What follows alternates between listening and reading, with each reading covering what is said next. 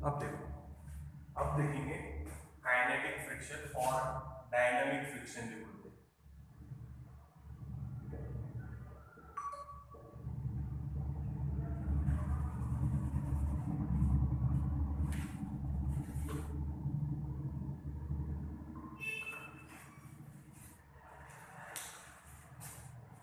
ठीक है, kinetic friction और it is also known as dynamic friction.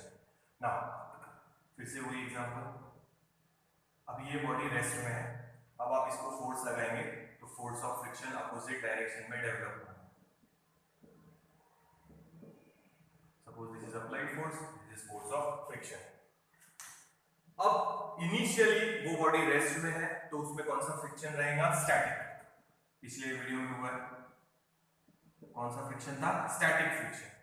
जैसे ही वो body limiting force of static friction यानी FL क्रॉस कर लेंगी, the body will begin to move और शुरू हो जाएगा काइनेटिक फ्रिक्शन। और याद रखना स्टैटिक फ्रिक्शन ज्यादा रहेगा। इसका रीजन समझना कि why static friction will be more than kinetic friction. अगर मान लो एक गाड़ी खराब है, आपको उसको पुल करना है, तो पुल करने के लिए समझो पहले 4 लोगों का फोर्स लगाना पड़ा, तो आप limiting force of static friction तक पहुंचे। चक्के घूमने लग गए, गाड़ी आगे जाने लग गई। अब अगर 1 या 2 लोग कम भी हो जाए तो भी आप उस गाड़ी को आराम से धक्का मार सकते हैं और वो गाड़ी आगे रोल होती रहेगी। तो एक बार स्टैटिक फ्रिक्शन हट गया और काइनेटिक फ्रिक्शन शुरू हो गया, so it is less, kinetic friction is less than static friction. ऐसा क्यों? सबसे पहला रीजन है इनर्शिया, कि why static friction is more than kinetic friction. उसका सबसे मेन रीजन है इनर्शिया। इनर्शिया आप लोगों को हुआ होगा पहले। सो स्टैटिक फ्रिक्शन यानी फोर्स ऑफ स्टैटिक फ्रिक्शन ऐसे लिख रहे हैं is direct is greater than force of kinetic friction. ऐसा रीजन पहला इनर्शिया ऑफ रेस्ट, यानी बॉडी भी रुकी हुई है। देखो 3 टाइप के इनर्शिया रहते हैं, inertia of rest, inertia of motion और इनर्शिया ऑफ डायरेक्शन। बाद में अपने को भी आएंगे। अगर बॉडी रुकी हुई है तो वो रुकी हुई रहेंगी जब तक अपन फोर्स नहीं लगाते। जब अपन फोर्स लगाएंगे तो वो बॉडी अपने को क्या करेगी? अपोज। जैसे मूव होना शुरू हो गई तो काइनेटिक चालू हो गया, तो बॉडी मोशन में रहने की कोशिश करेगी, इसलिए अपने को फोर्स कम लगाना पड़ेगा। तो सबसे पहले इनर्शिया ऑफ रेस्ट। किसी भी रुकी हुई बॉडी को अगर आपको मूव कराना है तो उसमें इनर्शिया है, it will oppose the motion. वो मोशन को क्या करेगा? Oppose. That opposition is called inertia of rest. यानी बॉडी अगर रुकी हुई है, आप उसको फोर्स लगाएंगे तो वो बॉडी आपको अपोज करेगी। That opposition is called inertia and inertia depends on mass. Normal reaction mass mg, ठीक है, weight. Now second is interlocking. रुकी हुई बॉडी में इरेगुलर सरफेस का इंटरलॉकिंग अच्छे से हुआ है। जब बॉडी मूव होना शुरू हो जाएगी तो इंटरलॉकिंग को टाइम नहीं लगेगा और बॉडी सामने पास हो जाएगी। तो ये 2 मेन रीजन है जिसकी वजह से स्टैटिक फ्रिक्शन ज्यादा है और काइनेटिक फ्रिक्शन कम है। सबसे मेन रीजन है इनर्शिया ऑफ रेस्ट, कि बॉडी रेस्ट में है तो रेस्ट में ही रहने की कोशिश करेंगी। It will oppose the motion, it will oppose the motion. And second is interlocking of irregularities. अच्छे से लॉक हो चुके हैं तो उनको आगे ले जाने के लिए आपको ज्यादा फोर्स लगाना पड़ेगा। एक बार बॉडी मोशन में आ गई तो इनर्शिया ऑफ रेस्ट खत्म हो गया, इनर्शिया ऑफ मोशन आ गया, यानी body will try to remain in the state of motion और इंटरलॉकिंग को टाइम नहीं मिलेगा, फटाक से बॉडी सामने चली जाएगी। तो याद रखना static friction is more than kinetic friction. इसको एक बार रखना देते हैं। याद रखो 2 मेन रीजन है, inertia of rest and interlocking अच्छे से हुई है इसीलिए। Now the body has begin to move, तो अब जो फ्रिक्शन है वो है काइनेटिक फ्रिक्शन और we can say dynamic friction. Definition सुनना, द अपोजिंग फोर्स, पहली लाइन तो सेम ही रहेगी, opposing force existing between 2 bodies in contact. Opposing force existing between 2 bodies in contact, यानी एक ये सरफेस और एक ये, हो गई 2 बॉडीज, ठीक है। Opposing force existing between 2 bodies in contact when one body slides, slide हो रही, slides over the other. When one body slides over the other, slide हो रही, मूव होना शुरू हो गई, पहले स्टैटिक वाले ने बोला था trying to move, tending to move, पर मूव नहीं हो पा रही थी। अब अपन limiting force of static friction से आगे चले गए, तो याद रखो उसके बाद थोड़ा फोर्स कम भी कर देंगे तो बॉडी रुकेगी नहीं, ठीक है, क्योंकि काइनेटिक फ्रिक्शन कम है, यानी अपोजिशन कम है, तो कम फोर्स भी लगाएंगे तो बॉडी आगे चलती रहेगी, ठीक है। तो ये देखो ध्यान रखना, काइनेटिक फ्रिक्शन में पहुंच गए। डेफिनेशन फिर से एक बार सुनो, opposing force existing between two bodies in contact when one body slides over the other, when one body slides over the other, यानी स्लाइड हो रही, यानी मूव होना शुरू हो गई।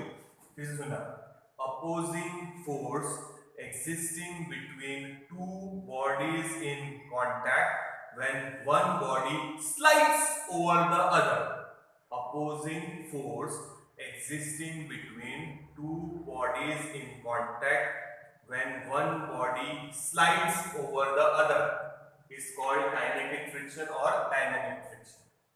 Laws ले लेते, तो डायग्राम फिर से बना लेते हैं।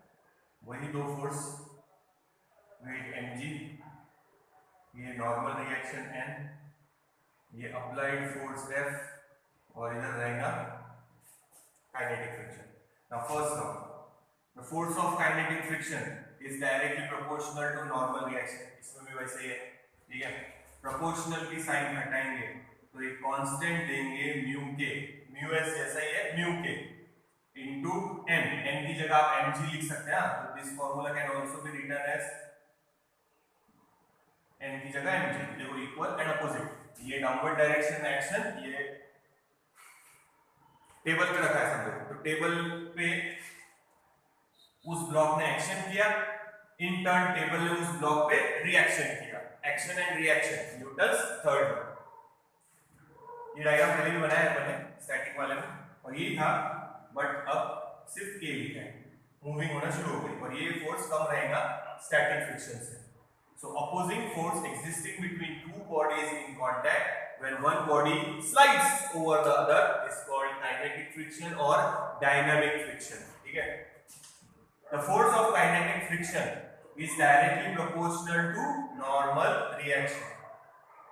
So F के proportional की साइन हटाए तो ये मिला, तो यहाँ हट ये मीटर से जाएगा, याद रखना। Now mu के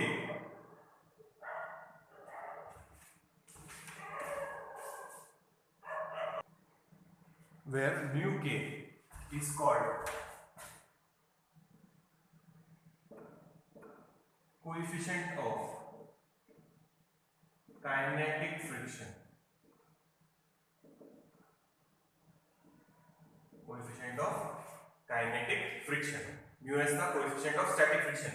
तो याद रखना फोर्स का relation, force of static friction या limiting force of static friction is greater than kinetic friction, mu s static friction is greater than mu k kinetic friction।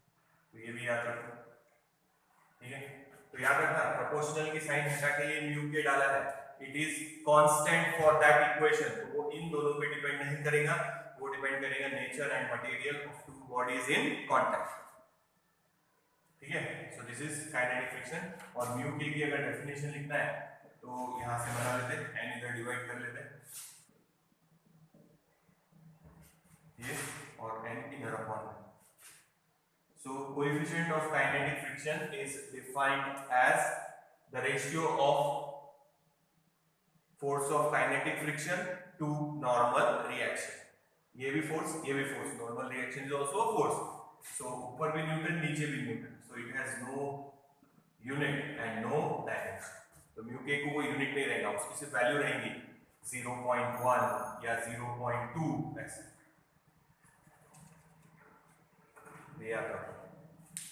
so coefficient of kinetic friction is defined as the ratio of force of kinetic friction to normal reaction। और याद रखना ये इन दोनों पे depend नहीं करता, जितना आप ये बढ़ाएंगे नॉर्मल रिएक्शन उतना ये भी चेंज होगा।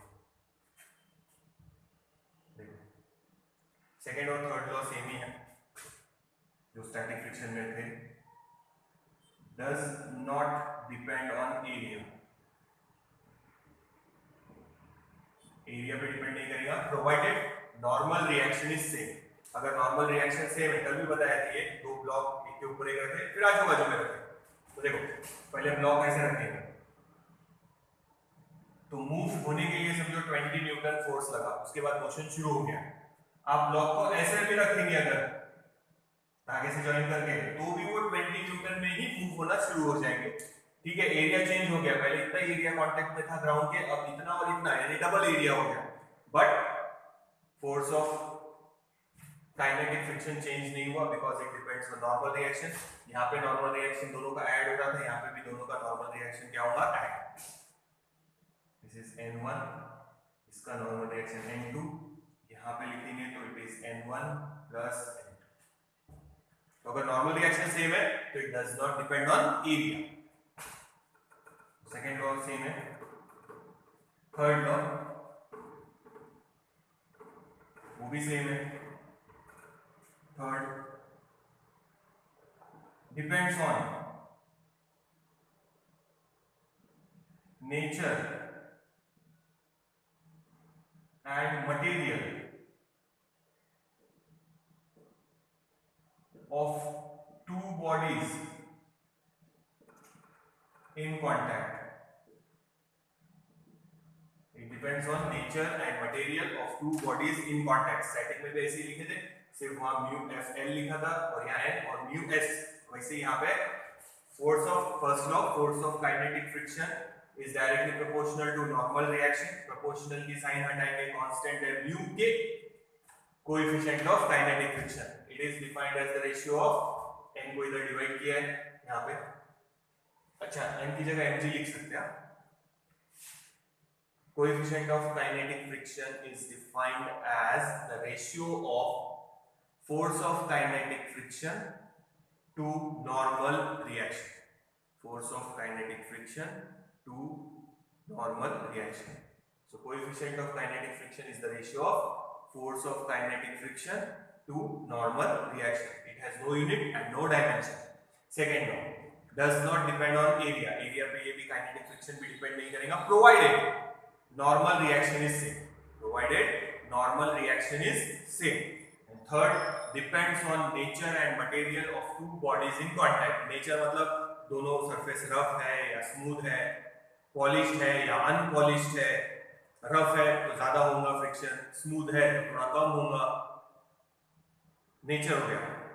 एंड मटेरियल, अगर दोनों सेम मटेरियल के है तो कौन सा फोर्स रहेगा, कोहेसिव फोर्स। अगर अलग अलग मटेरियल के है तो कौन सा फोर्स रहेगा, एडहेसिव फोर्स, उस पे भी चेंज होगा। तो ये पर इसमें एक और लॉ है, वो भी ऐड करते हैं क्योंकि ये मूव हो रहा। तो फोर्थ लॉ यही लिख देते हैं, does not depend on velocity. It does not depend on velocity. Velocity पे डिपेंड नहीं करेगा। काइनेटिक फ्रिक्शन है, मूव होना शुरू हो गया, वेलोसिटी आप बढ़ाएंगे भी तो भी फोर्स उतना ही लगेगा, क्योंकि काइनेटिक फ्रिक्शन क्या रहेगा, एक बार बॉडी मूव होना शुरू हो गई तो काइनेटिक फ्रिक्शन क्या रहेगा, फिक्स। काइनेटिक फ्रिक्शन बाद में चेंज होने वाला नहीं है। Kinetic friction will remain fixed.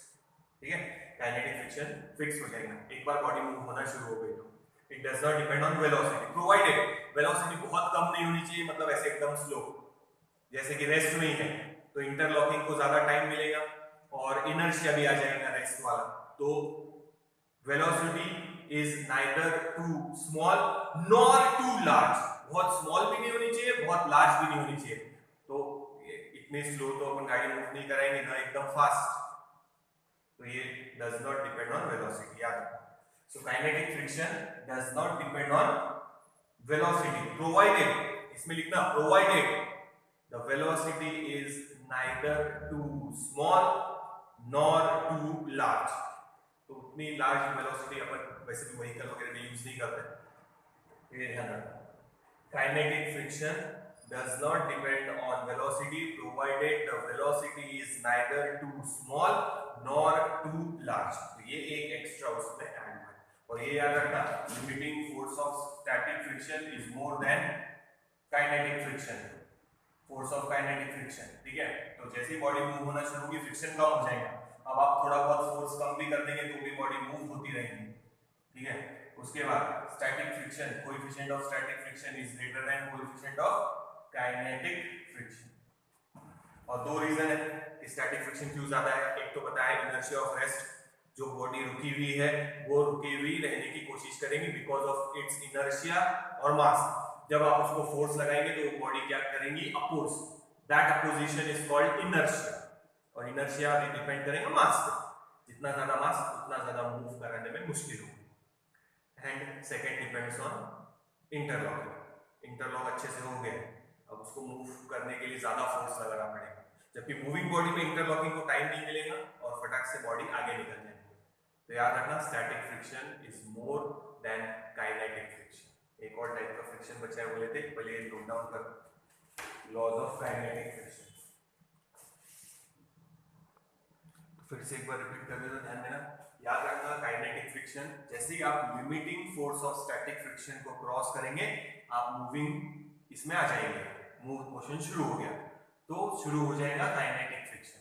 Now that kinetic friction is less than static friction. Text book में रीजन नहीं है, फिर भी याद रखना दो रीजन है, inertia of rest and interlocking, ठीक है, दो। तो काइनेटिक फ्रिक्शन कम रहेगा और स्टैटिक फ्रिक्शन ज्यादा है, बॉडी मूव होना शुरू हो गई, ठीक है। Now it is the opposing force existing between two bodies in contact when one body slides, slide हो रही है, slide वर्ड लिखना, slides over the other, चक्के नहीं लगाना भी उसको, चक्के रोलिंग मोशन में लगाएंगे, तो slides over the other, slide होना शुरू हो गई, that friction is called kinetic friction. Opposing force existing between two bodies in contact when one body slides over the other, यानी slide होना शुरू हो गई, slides over the other. Laws of kinetic friction, पहला काइनेटिक फ्रिक्शन या force of kinetic friction is directly proportional to again normal reaction, ठीक है, normal reaction के साथ डायरेक्टली प्रोपोर्शनल है। आप एन की जगह mg लिख सकते हैं फॉर्मूले में, ये भी फॉर्मूला याद रखना। नाउ प्रोपोर्शनल की साइन हटाए, कांस्टेंट डाले, that constant is called coefficient of kinetic friction. It is defined as the ratio of force of kinetic friction to normal reaction. It has no unit and no dimension. और ये याद रखना, limiting force of static friction is greater than kinetic friction. अब जैसे ये static friction कैसा change हो रहा था, जैसे जैसे आप फोर्स बढ़ाएंगे, पर ये क्या कराएगा, constant, because it is not depending on velocity, ठीक है। And coefficient of static friction is also greater than coefficient of kinetic friction. Second law, it does not depend on area, ये भी एरिया पे डिपेंड नहीं करेंगे, but आगे लिखना provided normal reaction is same, provided normal reaction is same, does not depend on area provided normal reaction is same. Normal reaction अगर same है तो एरिया पे डिपेंड नहीं करेगा, ठीक है। एंड ये depends on nature and material of to bodies in contact, दो बॉडी जो कॉन्टैक्ट है उनकी नेचर में मतलब रफ है या स्मूथ है, पॉलिश है या अनपॉलिश्ड है। तो रफ है तो फ्रिक्शन ज्यादा, पॉलिश्ड है तो थोड़ा फ्रिक्शन कम हो जाएगा, आराम से स्लाइड हो पाएगा, ठीक है। एंड मटेरियल, सेम टाइप के मटेरियल है अगर दोनों, तो उनके बीच में कौन सा फोर्स रहेगा, मॉलिक्यूल्स के कोहेसिव। और अगर अपोजिट दूसरे टाइप के मॉलिक्यूल है, दोनों अलग अलग टाइप के मॉलिक्यूल है, तो एडहेसिव फोर्स, तो वो भी डिपेंड करेगा। तो depends on nature and material of to bodies in contact. तो 1 2 3 ये लॉस तो ऐसे कैसे इसमें भी थे, इसमें स्टैटिक फ्रिक्शन है, सिर्फ ये एक्स्ट्रा लॉ यू उसमें ऐड करना है। Does not depend on velocity, it does not depend on velocity, force of kinetic friction does not depend on velocity, पर ऐड करना provided the velocity is neither too small nor too large, ठीक है। तो ये याद रखना कि velocity बहुत कम भी नहीं होनी चाहिए और बहुत ज्यादा भी नहीं होनी चाहिए। तो अपन डे टू डे लाइफ में वो नॉर्मल वेलोसिटी, बीच वाली वेलोसिटी में ही है। तो याद रखो force of kinetic friction does not depend on velocity provided the velocity is neither too small nor too large. तो याद रखो काइनेटिक फ्रिक्शन को डायनामिक फ्रिक्शन भी बोल सकते हैं और स्लाइडिंग फ्रिक्शन भी बोल सकते हैं। स्लाइडिंग वर्ड डाले ना, स्लाइडिंग फ्रिक्शन भी बोल सकते हैं। इसके बाद बचा है रोलिंग फ्रिक्शन, वो लो।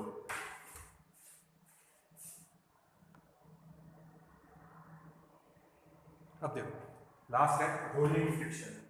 तो रोलिंग फ्रिक्शन में ये व्हील है, व्हील के लिए एग्जांपल आएगा, ये इस डायरेक्शन में रोल हो रहा, अपन फोर्स लगा रहे हैं ऐसे, और ये रोल होते हुए सामने जा रहा है, तो force of friction backward direction में रहेगा,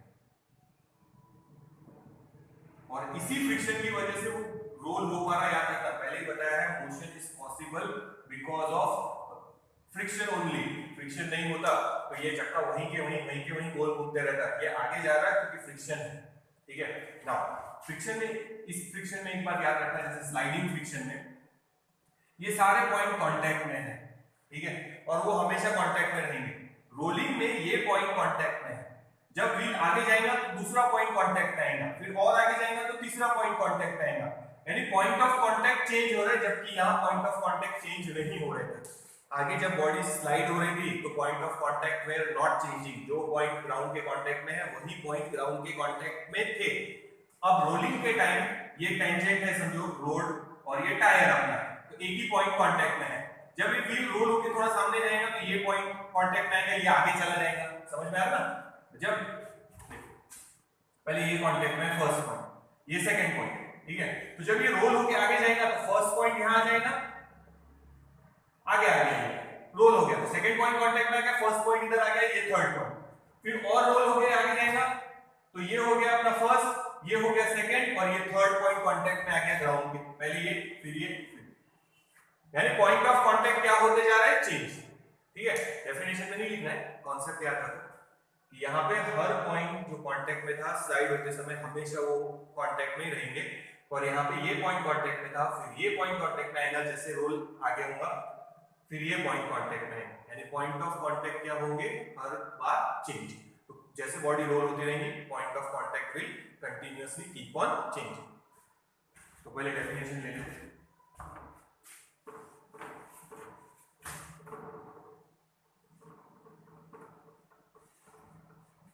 Opposing force existing between two bodies in contact, ये line common, opposing force existing between two bodies in contact when one body rolls over the other। अब बॉडी रोल हो रही तो roles word डाला, पहले इसमें काइनेटिक में स्लाइड हो रही थी तो स्लाइड वर्ड डाला था। opposing force existing between two bodies in contact when one body rolls over the other, when one body rolls over the other is called rolling friction। Opposing force existing between two bodies in contact when one body rolls over the other, it is called rolling friction।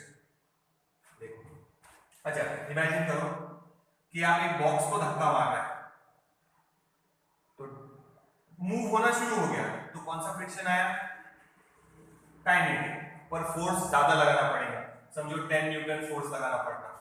उसी के नीचे अगर आप ऐसे wooden block रख दे, role गोल wooden block, अब उसको धक्का मारो, कम फोर्स में स्लाइड हो जाए।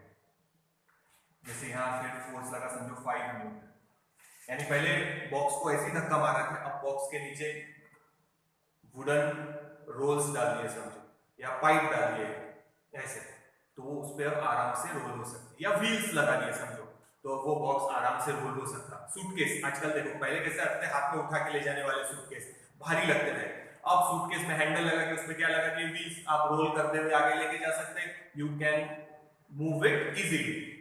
पहले वो सूटकेस उठा के ले जाने में भारी लगता था, अब वो स्लाइड रोल करने में आसान लगता क्योंकि उसमें व्हील्स लगा दिए। तो सबसे पहले ये याद रखना, सबसे ज्यादा स्टैटिक, उससे कम काइनेटिक, और सबसे कम रोलिंग फ्रिक्शन। इसीलिए देखो मशीन्स में अपन बॉल बेरिंग्स लगाते हैं, ये एक रिंग ये दूसरी रिंग, इसके बीच में बॉल बेरिंग्स रहते हैं, तो ये बेरिंग रोल होते वहां पे, इसीलिए उनका फ्रिक्शन कम है। तो ये देखो, ये बाइसिकल के व्हील्स में, टू व्हीलर के व्हील्स में, फोर व्हीलर के व्हील्स में, आप पतंग उड़ाते होंगे वो चक्री में ये व्हील्स लगाए रहते हैं, या स्केटर्स जो स्केटिंग यूज कर रहे हैं ना, उसमें भी ये बेरिंग्स बोलते हैं, बॉल बेरिंग्स लगे हुए रहते हैं। बॉल बेरिंग इसलिए क्योंकि ये जो छोटे छोटे बॉल है वो दो रिंग के बीच में रोल हो रहे हैं, गोल घूम रहे हैं, तो डेफिनेटली रोलिंग फ्रिक्शन सबसे कम है, तो इसीलिए। और इसमें थोड़ा ग्रीस भी लगा देते फिर बाइसिकल के इसमें या टू व्हीलर के इसमें या फोर व्हीलर के इसमें, वहां देखो ग्रीस लगा देते हैं, ग्रीस लगाने से फ्रिक्शन थोड़ा और कम हो जाएगा, लुब्रिकेशन मिल जाएगा। और थोड़े दिन बाद फिर जैसे ज्यादा बाइक चलाए या ज्यादा बाइसिकल चलाए तो घस जाते हैं, फिर बाइसिकल का फ्रिक्शन ज्यादा होने लग जाता है, घसने की वजह से उनका शेप चेंज हो जाता, तो फिर बॉल बेरिंग्स बदलने पड़ते या पूरा बेरिंग बदलने पड़ते, ठीक है। तो वो तो सबसे ज्यादा स्टैटिक फ्रिक्शन, उससे कम काइनेटिक फ्रिक्शन और सबसे कम रोलिंग फ्रिक्शन याद रखना। Opposing force existing between two bodies in contact, opposing force existing between two bodies in contact when one body rolls over the other, body roll हो रही, roll करना easy है as compared to slide, याद रखना kinetic friction से कम है rolling friction, ठीक है।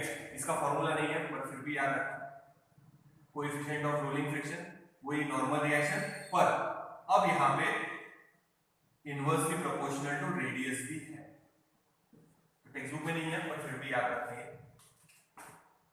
Force of rolling friction is directly proportional to normal reaction, अभी तक अपन ऐसे ही लिख रहे थे कि limiting force of static friction is directly proportional to normal reaction, proportional की साइन हटा के म्यू एस, काइनेटिक फ्रिक्शन में लिखा था म्यू के इनटू एन, तो यहाँ पे भी वैसे ही है, rolling friction is directly proportional to normal reaction, proportional की साइन हटाएंगे तो ये coefficient of rolling friction, but it is also inversely proportional to radius, यहाँ ये क्वांटिटी एक्स्ट्रा है, ये फॉर्मूला नहीं है टेक्स्ट बुक में और फिर भी ये याद रखना, टेक्स्ट बुक में इतना ही है, तो ये थोड़ा सा याद रखना।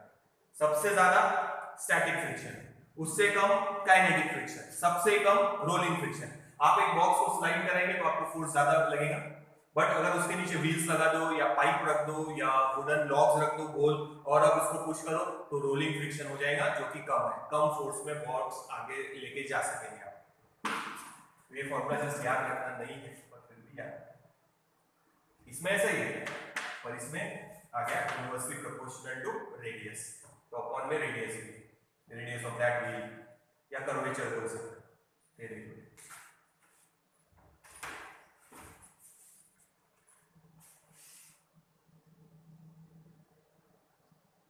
अब यहाँ पे ये चैप्टर खत्म हो गया, इसके बाद एडवांटेजेस है, डिसएडवांटेजेस है और मेथड्स टू रिड्यूस फ्रिक्शन है, पहले ही बता चुका हूँ, स्टार्टिंग ही वहीं से किया था। एडवांटेज क्या है फ्रिक्शन के, फिर से बताता चलो। एडवांटेज क्या है, we can walk on the surface, बताया था बिकॉज ऑफ फ्रिक्शन, अगर फ्रिक्शन नहीं है तो पैर स्लिप हो जाएगा, ठीक है। पहला we can walk on the surface because of friction. Glass का एग्जांपल बताया था कि अपन उसको होल्ड करके रख सकते क्योंकि ग्लास और अपने उंगलियों के बीच में क्या होगा, फ्रिक्शन, फ्रिक्शन नहीं हुआ तो ग्लास नीचे गिर जाएगा, करके देखा हुआ शायद मैं भी बोला था, करके देखना। तो we can hold the object because of friction, we can walk on the surface because of friction, we can apply brake, गाड़ी रोड पे चल रही वो भी फ्रिक्शन की वजह से, चक्के गोल घूम रहे फ्रिक्शन की वजह से, अगर फ्रिक्शन नहीं होगा तो जगह पर ही गोल घूमेंगे। अपन गाड़ी को ब्रेक लगा सकते हैं किसकी वजह से, फ्रिक्शन। साइकिल में देखना दो रबर पैड्स रहते हैं, वो जाके व्हील को टच होता है और फ्रिक्शन की वजह से वो व्हील रुक जाता है, ब्रेक्स देखना वो ध्यान से, ठीक है। तो वहां पे भी क्या यूज हो रहा, फ्रिक्शन।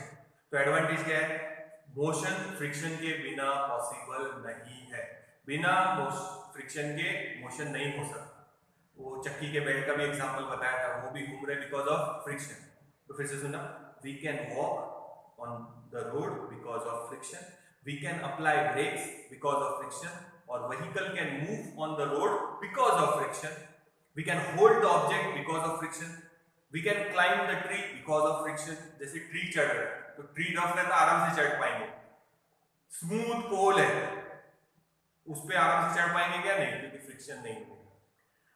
कुछ डिसएडवांटेजेस भी, एडवांटेजेस भी है, डिसएडवांटेजेस भी। डिसएडवांटेज ये है कि ये मोशन को अपोज करेगा, मोशन को अपोज करेगा तो अपने को ज्यादा एनर्जी लगानी पड़ेगी, पहला।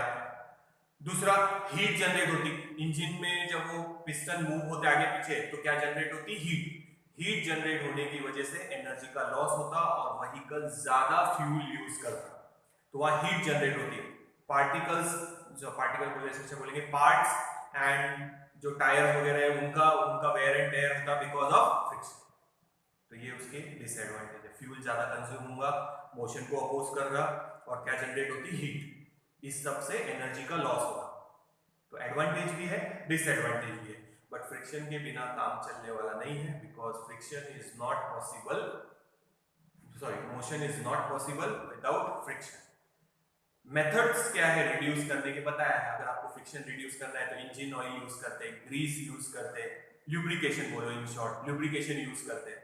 इंजन ऑयल डालते हैं इंजन में, ताकि पिस्टन जब मूव हो तो उसका सरफेस के साथ फ्रिक्शन कम हो जाए, इंजन ऑयल यूज करते हैं। उसके बाद जैसे बॉल बेयरिंग यूज कर रहे हैं अपन, बॉल बेयरिंग में रोलिंग मोशन आ गया तो फ्रिक्शन कम, तो जहां पे भी व्हील्स आ गए वहां अपन सेंटर में बॉल बेयरिंग्स लगा देते हैं ताकि आराम से रोल हो सके, क्योंकि रोलिंग फ्रिक्शन है। तो बॉल बेयरिंग का यूज कर रहे हैं, ग्रीस का यूज कर रहे हैं, पॉलिश कर सकते हैं। तो ये उसके मेथड्स है टू रिड्यूस फ्रिक्शन। स्टार्टिंग से यही किया है, तो एक बार स्टार्टिंग वाले वीडियो भी देख लेंगे तो सारे एडवांटेजेस मिल जाएंगे। टेक्स्ट बुक में लास्ट में पढ़ लेना एडवांटेजेस एंड डिसएडवांटेजेस। अच्छा, बॉल बेयरिंग में एक चीज और याद रखना, रिंग और ये बॉल, ये रिंग और ये बॉल्स दोनों अलग अलग मटेरियल के बनाते हैं, क्योंकि रिंग, ये दो रिंग जिनके बीच में बॉल फंसा है वो, ये बॉल समझो, और ये एक रिंग और ये दूसरी रिंग, इसके बीच में ये बॉल फंसा है। तो बॉल और रिंग अलग अलग मटेरियल के बनाते हैं। अलग अलग मटेरियल के इसलिए बनाते हैं क्योंकि उनके बीच में कौन सा फोर्स आएगा, एडहेसिव फोर्स।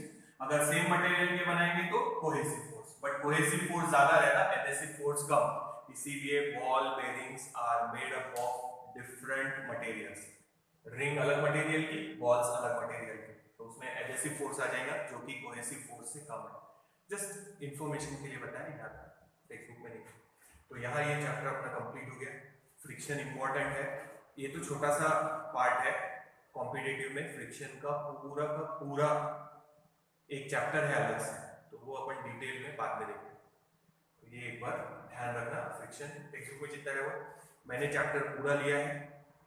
कैंसल्ड पोर्शन आप लोगों को भेजा है, वो देख लेना कौन सा कैंसिल है। बोर्ड की एग्जाम अगर देना है खाली तो उतना पार्ट कैंसिल कर देना, और नीट जेईई कॉम्पिटिटिव देना है तो फिर तो पूरा ही पढ़ना पड़ेगा। तो 11th की एग्जाम जो कॉलेज में हो रही है उसके लिए जो पोर्शन कैंसल्ड है वो मैंने आप लोगों को सेंड कर दिया, वो देख लेना। तो यहाँ ये चैप्टर अपना कंप्लीट हो गया, ठीक है। तो आज का होमवर्क रोलिंग फ्रिक्शन की डेफिनेशन और इतना ये, और इसके पहले स्लाइडिंग फ्रिक्शन। स्लाइडिंग फ्रिक्शन की डेफिनेशन, या आप स्लाइडिंग फ्रिक्शन बोलो या काइनेटिक फ्रिक्शन बोलो या डायनामिक फ्रिक्शन बोलो, तो उनके लॉस, 4 लॉस, और वो लिख के भेज दें। तो आज का ये होमवर्क हो गया। तो ये चैप्टर यहाँ पे खत्म हो गया।